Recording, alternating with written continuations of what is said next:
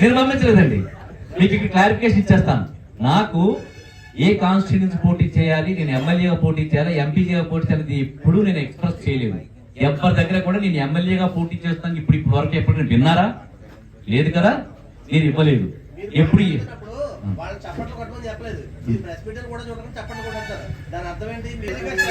Sir నేను చాలా వినయంగా మళ్ళీ ఒకసారి చెప్పుకుంటున్నాను, నాకు మనసులో ఎంపీ ఎమ్మెల్యేల మీద దాని ఉద్దేశమే లేదు. నాకు మీరు ఎన్నిసార్లు మాట్లాడినా నాకు దాని గురించి ఆలోచించడం, నా దృష్టి అంతా ఒకటేనండి. ఎప్పుడు కూడా విశ్వ హిందూ ధర్మ పరిరక్షణ రామసేన అధ్యక్షుడిగా మానవత్వం మీద మాత్రమే నా దృష్టి ఉంటుంది.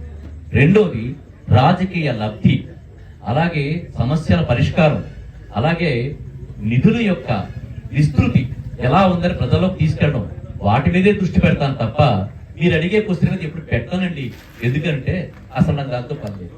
అలా ఒక సమస్య ఏదైనా వచ్చినప్పుడు దానిని స్పందించడానికి విశ్వ హిందూ ధర్మ పరిరక్షణ రామసేనగా కూడా మేము ఎప్పుడు కూడా దాని మీద స్పందించాం. ఎందుకంటే మాకు ఒక అబ్జర్వేషన్ ఉంది ఏంటంటే, ప్రముఖులైన రాజకీయ నాయకులు, నేను ఆ పార్టీలు కూడా ఏం ఉటంకించట్లేదు, ప్రముఖమైన రాజకీయ నాయకులు, చాలా సంఘాలు వాడు ఎన్నో ధర్నాలు చేసి ఇప్పుడు ఏమీ చేయలేదు. మీరు ఎవరినన్నా క్వశ్చన్ చేశారా? ఎప్పుడైనా క్వశ్చన్ చేశారా? మీరు ధర్నా చేశారు కదా, దాని యొక్క రిజల్ట్ ఏదైనా మీరు ఎప్పుడైనా ఆ పార్టీలు అడిగారా? ఏమైనా ఆన్సర్ వచ్చింది మీకు? అరెస్ట్ వచ్చిన తర్వాత ఏమైంది? బెయిల్ వచ్చింది. బెయిల్ వచ్చిన తర్వాత ఏమైంది? వాడు బయట ఉన్నారు. అది వాడి యొక్క ఇష్టం, మీరు వాడితో పడండి.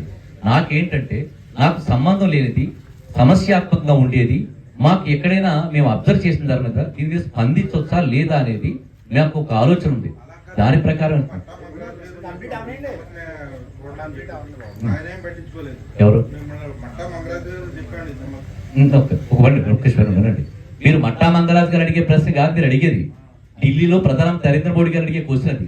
300 కోట్ల రూపాయలు పెట్టి పరిశ్రమ పెట్టేటప్పుడు మరి నేను ఒక విషయం అడుగుతున్నాను మిమ్మల్ని, ఇంత కాలుష్యకరమైన వాతావరణం పెట్టేది మీరు ఉన్నప్పుడు అప్పుడు మీ పత్రికా ప్రముఖులందరూ ఏమైపోయినా వాళ్ళు అడగకుండా ఇప్పుడు మమ్మల్ని ఎందుకు ఇబ్బంది పెడతారు?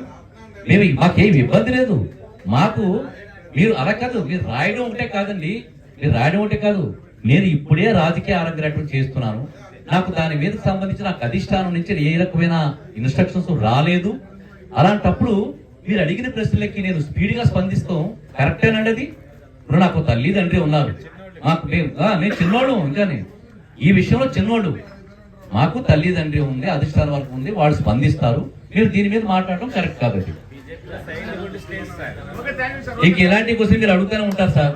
మేము ఇవ్వాల్సిన ఇన్ఫర్మేషన్ ఇచ్చేసాం, మీ అందరికీ అభివాదాలు.